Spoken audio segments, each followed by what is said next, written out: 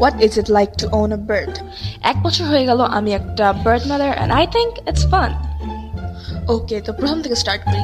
2023-এর দিকে আমরা ডিসাইড করি আমরা একটা পাখি নিব। সো ফার্স্টে একটা বাচ্চা কোকাটেল আনা হয় যেটা আমার দেশের কারণে মারা যায়। ওকে, এটা নিয়ে কথা না বলি। তো ওইটা কয়েকদিন পর আমাদের বাসায় আসে 3 মাস বয়সী একটা স্কাই ব্লু কালারের কিউট একটা বাজি, যার নাম আমি দেই পুডিং। নাও তোমরা ভাবতে পারো যে পুডিং এটা কেমন নাম। পুডিং পুডিং কে আনার কয়েকদিন আগে আমি পুডিং খাইছিলাম and pudding sounded cute. So প্রথম পুডিং খুব শান্ত ছিল, লাইক হাতে নিলে বসে থাকতো, কামড়াইতো না, পেট করতে দিত, তখন নয় উঠতে পারতো না।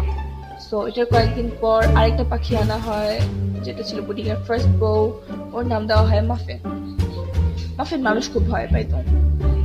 মাফিন আর পুডিং প্রথম মারামারি করতো, আসলে পুডিং এ মারামারি করতো, খাইতে দিত না মাফিনকে, ঠোকর মারতো। বাট কয়েকদিন পর ওরা খুব ভালো ফ্রেন্ড হয়ে যায়। সো একদিন আব্বু রাতে জানলা খুলে ঘুমাচ্ছিল অ্যান্ড গেস হোয়াট, সবচেয়ে ভয়ঙ্কর জিনিস আর কি হতে পারে একটা পাখির জন্য। একটা বিড়াল আসে, কেজটা খোলার চেষ্টা করে, দেন অ্যাকচুয়ালি খুলে ফেলে।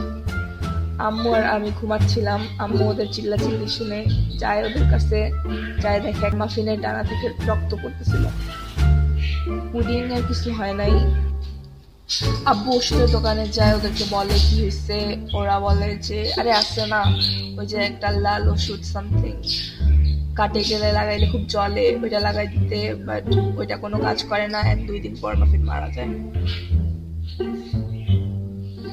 তো ওইটা 2-3 মাস পর আনা হয় পুডিং এর সেকেন্ড বউ, যার নাম দেওয়া হয় কোকো। কোকোকে দেখে পুডিং আসলে তেমন একটা রিয়াক্ট করে নাই যেমন মাফিনকে দেখে করছিল। কোকো মাফিনের মধ্যে খুব শান্ত আর মানুষ ভয় পায়। মাঝে মাঝে যখন পুডিংকে কেজ থেকে বের করা হয়, পুডিং অন্য রুমে থাকে, পুডিং আর কোকো দূর থেকে কথা বলে। কোকো কেজ থেকে চিল্লায় আর পুডিং রুম থেকে চিল্লায়। মনে হয় ওরা চেক করে যে একজন ঠিক আছে কিনা। Babe, you good? Yes, babe. ও সবচেয়ে মজার বিষয়, pudding can talk. Shut up.